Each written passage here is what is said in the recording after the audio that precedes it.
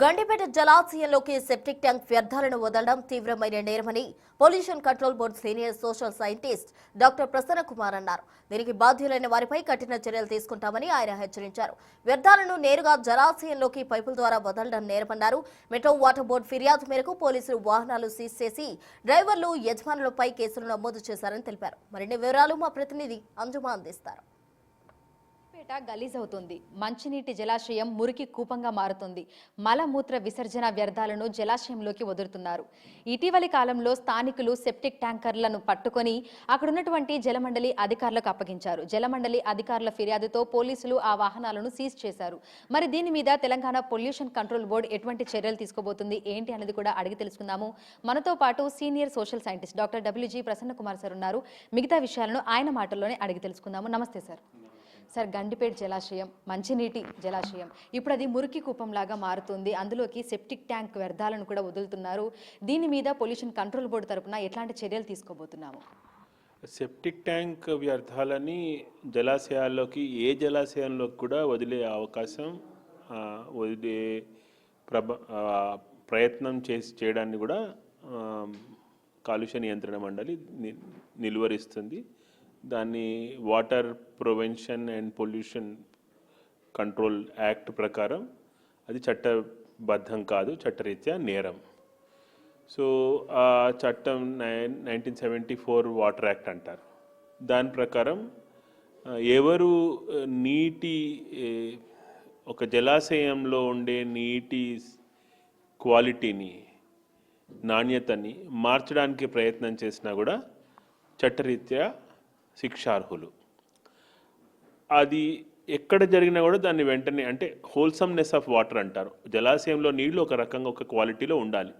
ఆ నాణ్యత కంటే దిగదార్చేలాగా ఎవరన్నా ఏదన్నా కలిపితే, వదిలితే దాన్ని నిలువరించాల్సిన బాధ్యత పొల్యూషన్ కంట్రోల్ బోర్డుకు ఉంది. అది పబ్లిక్ ఏజెన్సీ చేసినా, ప్రైవేట్ ఏజెన్సీ చేసినా. ఇప్పుడు ఇక్కడ జరిగిన విషయం ఏంటి అంటే, యాక్చువల్గా డైరెక్ట్గా వాళ్ళు పైప్ పెట్టి వాళ్ళ ట్యాంక్లోంచి వదిలిపెట్టారు. వదిలిపెట్టింది ఎప్పుడైతే మెట్రో వాటర్ వాళ్ళ దృష్టికి వెళ్ళిందో వాళ్ళు వెంటనే పోలీస్ కంప్లైంట్ ఇచ్చారు, వెహికల్ని సీజ్ చేశారు, వాళ్ళ మీద కేసు పెట్టారు. 3 రకాల అంశాల మీద కేసు పెట్టారు. ఒకటేమో పర్మిషన్ లేకుండా వాళ్ళ జిహెచ్ఎంసీది, హెచ్ఎండబ్ల్యూఎస్ఎస్బిది ఇద్దరిది లోగోస్ పెట్టి వెహికల్ రన్ చేశాడు. దాని మీద కేసు పెట్టారు. రెండోది, వెహికల్లో సివేజ్ని వాళ్ళు క్యారీ చేయకూడదు, దానికి పర్మిషన్ లేని వెహికల్.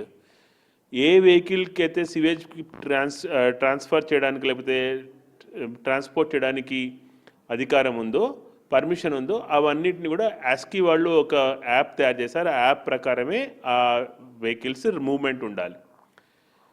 ఆ యాప్లో ఈ వెహికల్ రిజిస్టర్ కాలేదు కాబట్టి అది రెండో తప్పు. మూడో తప్పు, ఆ మురుగు నీరుని డైరెక్ట్గా చెరువులోకి వదిలిపెట్టడం. ఈ 3 తప్పుల మీద కేసు పెట్టారు.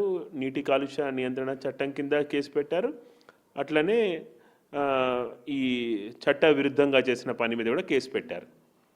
వాళ్ళు వాహన యజమాని మీద, వాహనం నడిపించిన డ్రైవర్ మీద కూడా కేసు ఉంటుంది. అయితే ఇది మామూలుగా అయితే సెప్టిక్ ట్యాంక్ వ్యర్థాలని ఏం చేయాలి?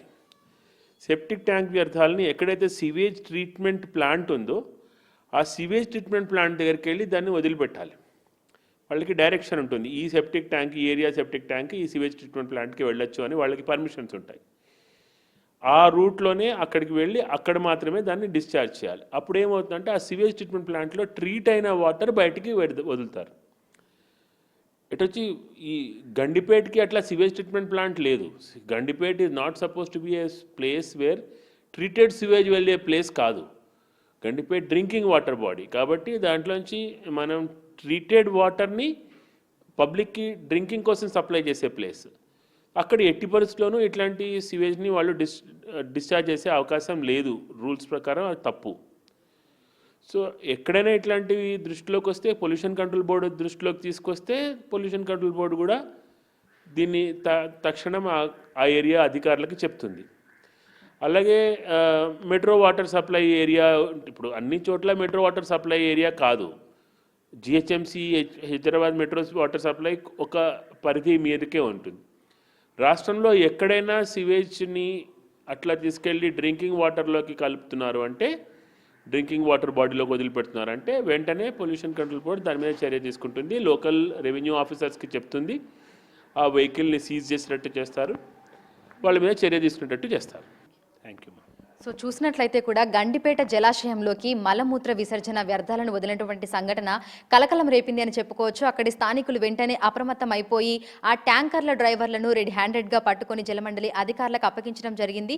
జలమండలి అధికారుల ఫిర్యాదుతోటి పోలీసుల వాహనాలను కూడా సీజ్ చేశారు. మున్ముందు అనేక రకాల కార్యక్రమాలను చేపట్టడంతో పాటు జనాలలో అవగాహన తీసుకొని రావడంతో పాటు ఈ కమిటీల ద్వారా కూడా చెరువులను పరిరక్షించేటువంటి ప్రయత్నం చేస్తున్నట్లుగా కూడా చెప్తున్నారు. వీడియో జర్నలిస్ట్ గౌరవ్తో అంచుమ బిగ్ టీవీ.